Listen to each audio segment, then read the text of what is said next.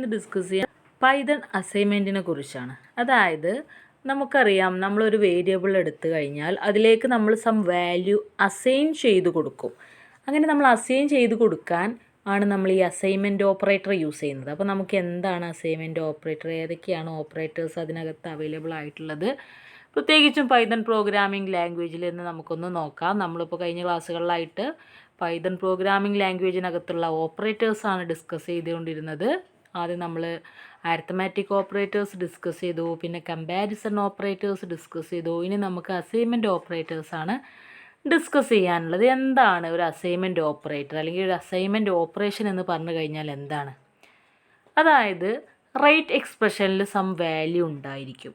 അത് left ഓപ്പറൻറ്റിലേക്ക് assign ചെയ്ത് കൊടുക്കുന്നതിനെ അല്ലെങ്കിൽ സെറ്റ് ചെയ്ത് കൊടുക്കുന്നതിനെയാണ് നമ്മൾ ഈ അസൈൻമെൻറ്റ് ഓപ്പറേഷൻ എന്ന് പറയുന്നത്. അപ്പോൾ അതിനു വേണ്ടി യൂസ് ചെയ്യുന്ന ഓപ്പറേറ്ററാണ് അസൈൻമെൻറ്റ് ഓപ്പറേറ്റർ. അപ്പോൾ നമുക്കിനി ഏതൊക്കെയാണ് ഈ ഓപ്പറേറ്റേഴ്സ് എന്നൊന്ന് ഡിസ്കസ് ചെയ്യാം. ഫസ്റ്റ് ഓപ്പറേറ്ററാണ് ഈക്വൽ ടു. എന്തിനാണ് നമ്മൾ ഈക്വൽ ടു യൂസ് ചെയ്യുന്നത്? നമുക്ക് റൈറ്റ് എക്സ്പ്രഷനിൽ ഒരു വാല്യൂ ഉണ്ട്, അത് ലെഫ്റ്റ് ഓപ്പറൻറ്റിലേക്ക് അസൈൻ ചെയ്ത് കൊടുക്കാനാണ് നമ്മൾ ഈക്വൽ ടു എന്നുള്ള ഓപ്പറേറ്റർ യൂസ് ചെയ്യുന്നത്. സിമ്പിളായിട്ടുള്ളൊരു ബേസിക് കൺസെപ്റ്റാണ്. നമ്മൾ ഒരുപാട് പ്രോഗ്രാമിംഗ് ലാംഗ്വേജുകളിൽ മാത്സ് പ്രോബ്ലംസിലൊക്കെ നമ്മൾ യൂസ് ചെയ്യുന്ന ഒന്നാണ് ഈ ഈക്വൽ ടു. പിന്നെ വരുന്നതാണ് ഒരു പ്ലസ് ഈക്വൽ ടു എന്നുള്ള സൈൻ. ഇത് എന്തിനാണ് യൂസ് ചെയ്യുന്നത് നമുക്ക് നോക്കാം. ഇവിടെ നിങ്ങൾക്ക് കാണാം A plus equal to B എന്ന് കാണാം. അപ്പോൾ ഇങ്ങനെയുള്ള രീതിയിൽ നമുക്ക് എക്സ്പ്രഷൻസ് കൊടുക്കാനുള്ള പോസിബിലിറ്റി നമ്മുടെ പൈതൺ പ്രോഗ്രാമിംഗ് ലാംഗ്വേജിനുണ്ട്. അങ്ങനെ കൊടുക്കാൻ വേണ്ടിയിട്ടാണ് നമ്മൾ എന്ത് യൂസ് ചെയ്യുന്നത്? ഇ പ്ലസ് ഈക്വൽ ടു യൂസ് ചെയ്യുന്നത്. ഇതിനകത്ത് എന്താ നടക്കുന്നത്? ഇവിടെ മൾട്ടിപ്ലൈ എന്നാണ് കൊടുത്തിട്ടുള്ളൂ കേട്ടോ. നിങ്ങളൊന്ന് ചേഞ്ച് ചെയ്യണം, ആഡിങ് എന്നാക്കി മാറ്റണം, അല്ലെങ്കിൽ ഇൻക്രീസിങ് എന്ന് പറയാം.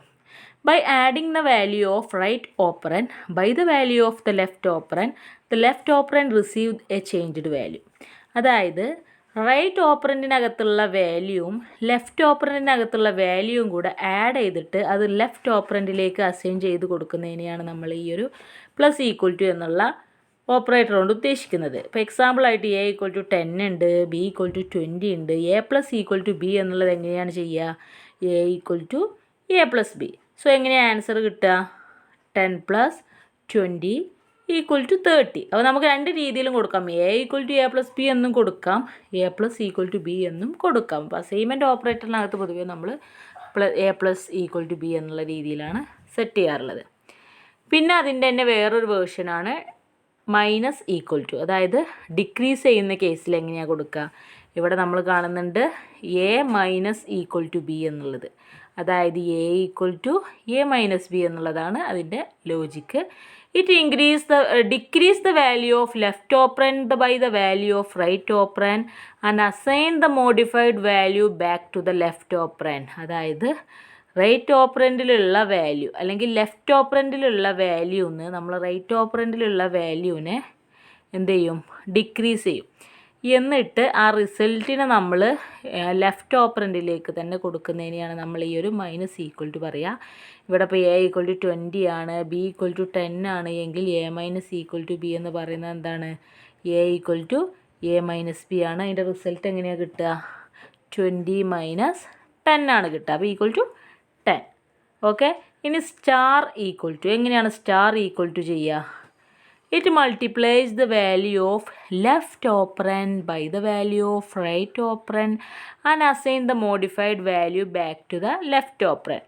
ഇതിനകത്ത് മൾട്ടിപ്ലിക്കേഷൻ ആണ് നടക്കുന്നത്. അതായത് റൈറ്റിലുള്ള ഓപ്പറൻറ്റിലുള്ള വാല്യൂവും ലെഫ്റ്റിലുള്ള ഓപ്പറൻറ്റിലുള്ള വാല്യൂവും കൂടെ മൾട്ടിപ്ലൈ ചെയ്തിട്ട് ആ റിസൾട്ടിനെ ലെഫ്റ്റ് ഓപ്പറൻറ്റിലാണ് കീപ്പ് ചെയ്ത് വെക്കുന്നത്. ഇപ്പോൾ എക്സാമ്പിളായിട്ട് എ ഈക്വൽ ടു 10 ആണ്, ബി ഈക്വൽ ടു 20 ആണെങ്കിൽ A star equal to B എന്ന് പറഞ്ഞു കഴിഞ്ഞാൽ A equal to A star B ആണ്. അതിൻ്റെ ആൻസർ 200 ആണ് കിട്ടുക. ഇതുപോലെ നമുക്ക് ഡിവിഷനും ചെയ്യാം. അപ്പോൾ ഡിവിഷൻ ഈക്വൽ ടു ആണെങ്കിൽ അതിനകത്ത് ഡിവൈഡ്സ് ആണ് വരിക.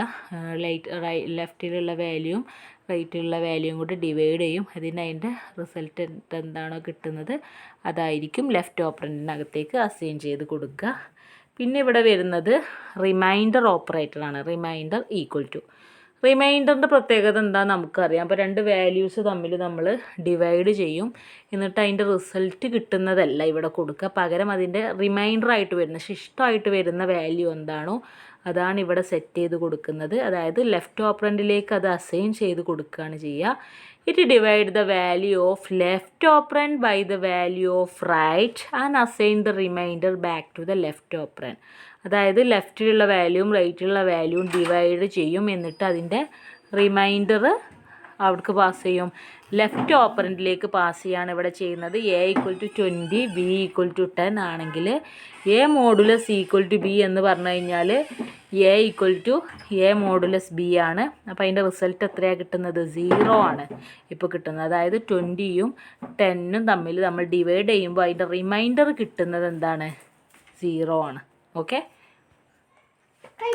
പിന്നെ വരുന്നതാണ് സ്റ്റാർ സ്റ്റാർ ഈക്വൽ ടു എന്ന് പറയുന്നത്. അതായത് 2 സ്റ്റാർ വന്നിട്ട് ചെയ്യുന്ന കേസുകൾ. ഇപ്പോൾ നമ്മൾ 4 × 2 എന്ന് പറഞ്ഞു കഴിഞ്ഞാൽ നമുക്കറിയാം അത് മൾട്ടിപ്ലൈ ചെയ്ത് കഴിഞ്ഞാൽ 8 ആണ് കിട്ടുക. എന്നാൽ 4 സ്റ്റാർ സ്റ്റാർ 2 ആണ് വരുന്നതെങ്കിൽ അതിൻ്റെ റിസൾട്ട് 16 ആണ് വരിക. നമുക്ക് നോക്കാം. A star star equal to B ആണെങ്കിൽ അത് ഈക്വൽ ടു എന്താണ്? A equal to A star star B ആണ്. അപ്പോൾ ഇവിടെ എക്സാമ്പിളായിട്ട് പറയുമ്പോൾ എ ഈക്വൽ ടു 4ഉം ബി ഈക്വൽ ടു 2 ആണ് എങ്കിൽ അത് അസൈൻ ചെയ്ത് കൊടുക്കുന്നത് എന്താണ്? 4 സ്റ്റാർ സ്റ്റാർ 2 ഈക്വൽ ടു 16 എന്നാണ് എയിലേക്ക് അസൈൻ ചെയ്ത് കൊടുക്കുന്നത്. പിന്നെ വരുന്നത് 2 ഡിവിഷൻ, ഫ്ലോർ ഡിവിഷൻ പോലെ 2 ഡിവിഷൻ വന്നിട്ട് അതും ഈക്വൽ ടു ആണെങ്കിൽ എങ്ങനെയാണ് വരുന്നത് നോക്കാം. അതാണെങ്കിൽ ഇവിടെ എക്സാമ്പിൾ കൊടുത്തിട്ടുണ്ട്. എ ഈക്വൽ ടു 4 ആണ്, ബി ഈക്വൽ ടു 3 ആണെങ്കിൽ ഡിവൈഡ് ചെയ്യുമ്പോൾ 1 ആണ് എക്ക് അസൈൻ ചെയ്ത് കൊടുക്കുക. ഇത്രയാണ് നമ്മളുടെ അസൈൻമെൻറ്റ് ഓപ്പറേറ്റേഴ്സ് ഉള്ളത്. അപ്പോൾ സിമ്പിളായിട്ടുള്ള കൺസെപ്റ്റ് ആണോ എന്ന് ചോദിച്ചു കഴിഞ്ഞാൽ അത്ര സിമ്പിളൊന്നും അല്ല. പക്ഷേ നമുക്ക് ലോജിക്കലി നോക്കുമ്പോൾ ഓക്കെ അതൊക്കെ സിമ്പിളാണല്ലോ എന്ന് തോന്നും. പക്ഷെ നമ്മളത് പ്രോഗ്രാമിൽ യൂസ് ചെയ്യുമ്പോൾ അതിന് പല കോംപ്ലിക്കേഷൻസും വരും. അപ്പോൾ കൺസെപ്റ്റുകൾ ക്ലിയറായിട്ട് മനസ്സിലാക്കിയിട്ട് വേണം നിങ്ങൾ പ്രോഗ്രാമിലൊക്കെ അപ്ലൈ ചെയ്യാൻ. അപ്പോൾ എന്തൊക്കെയാണ് അസൈൻമെൻറ്റ് ഓപ്പറേറ്റേഴ്സിൽ വന്നത്? ഫസ്റ്റ് ജസ്റ്റ് ഈക്വൽ ആയിട്ടുള്ളത് നമുക്ക് ബേസിക് ആയിട്ട് അറിയുന്ന ഒരു അസൈൻമെൻറ്റ് ഓപ്പറേറ്ററാണത്. ജസ്റ്റ് ഇപ്പോൾ എ ഈക്വൽ ടു 2 എന്ന് കൊടുത്തു കഴിഞ്ഞാൽ എന്താണ്? ആ 2 എന്ന വാല്യൂ എ എന്ന വേരിയബിളിലേക്ക് അസൈൻ ചെയ്ത് കൊടുക്കാൻ കഴിയും. അങ്ങനെയാണ് നമ്മൾ ബേസിക് ആയിട്ട് അസൈൻമെൻറ്റ് ഓപ്പറേറ്റർ യൂസ് ചെയ്യുക. പിന്നെ പ്ലസ് ഈക്വൽ ടു ഉണ്ട്, അതിനകത്താണെങ്കിൽ നമ്മൾ ആഡ് ചെയ്തിട്ട് ആ റിസൾട്ടിനെ നമ്മൾ ലെഫ്റ്റിലുള്ള ഓപ്പറൻറ്റിലേക്ക് കൊടുക്കും. പിന്നെ മൈനസ് ഈക്വൽ ടുവിൻ്റെ കേസ് വരുമ്പോൾ നമ്മൾ 2 വാല്യൂസിൽ നിന്ന് മൈനസ് ചെയ്തിട്ട് ആ റിസൾട്ടിനെ നമ്മൾ ലെഫ്റ്റ് ഓപ്പറൻറ്റിലേക്ക് കൊടുക്കും. പിന്നെ സ്റ്റാറിൻ്റെ കേസ് വരുമ്പോൾ 2 വാല്യൂവിനെ മൾട്ടിപ്ലൈ ചെയ്തിട്ട് അതിൻ്റെ റിസൾട്ടിനെ നമ്മൾ ലെഫ്റ്റ് ഓപ്പറൻറ്റിലേക്ക് കൊടുക്കും. പിന്നെ ഡിവിഷൻ ആണെങ്കിൽ 2 ഡിവൈഡ് ചെയ്തിട്ട് അതിൻ്റെ റിസൾട്ടിനെ ലെഫ്റ്റ് ഓപ്പറൻറ്റിലേക്ക് കൊടുക്കും. പിന്നെ റിമൈൻഡർ ആണെങ്കിൽ അതിൻ്റെ റിസൾട്ടിനെ ലെഫ്റ്റ് ഓപ്പറൻറ്റിലേക്ക് റിമൈൻഡർ എടുത്തിട്ട് കൊടുക്കും. അങ്ങനെയൊക്കെയാണ് അത് ചെയ്യുന്നത്. പിന്നെ വരുന്നത് സ്റ്റാർ സ്റ്റാർ ആണ്. സ്റ്റാർ സ്റ്റാറിൻ്റെ കേസിൽ നമ്മൾ പറഞ്ഞു 4 × 2 = 8 ആണ് വരിക. പക്ഷേ ഈ സ്റ്റാർ സ്റ്റാർ ചെയ്യുമ്പോൾ 16 ആണ് വരുന്നത്. അതേപോലെ തന്നെ ഡിവിഷൻ്റെയും അങ്ങനെ ഒരു കേസ് ഉണ്ട്, അതിനകത്ത് 1 കിട്ടും. അതും എന്താണ്? ഈ ലെഫ്റ്റിലുള്ള ഓപ്പറൻറ്റിലേക്ക് പാസ് ചെയ്യും. അപ്പോൾ ഇത്രയാണ് അസൈൻമെൻറ്റ് ഓപ്പറേറ്റേഴ്സിനെ കുറിച്ച് പറയാനുള്ളത്. എല്ലാവർക്കും കൺസെപ്റ്റ് ക്ലിയർ ആയിട്ടുണ്ടാവുമെന്ന് വിചാരിക്കുന്നു. Okay, thank you.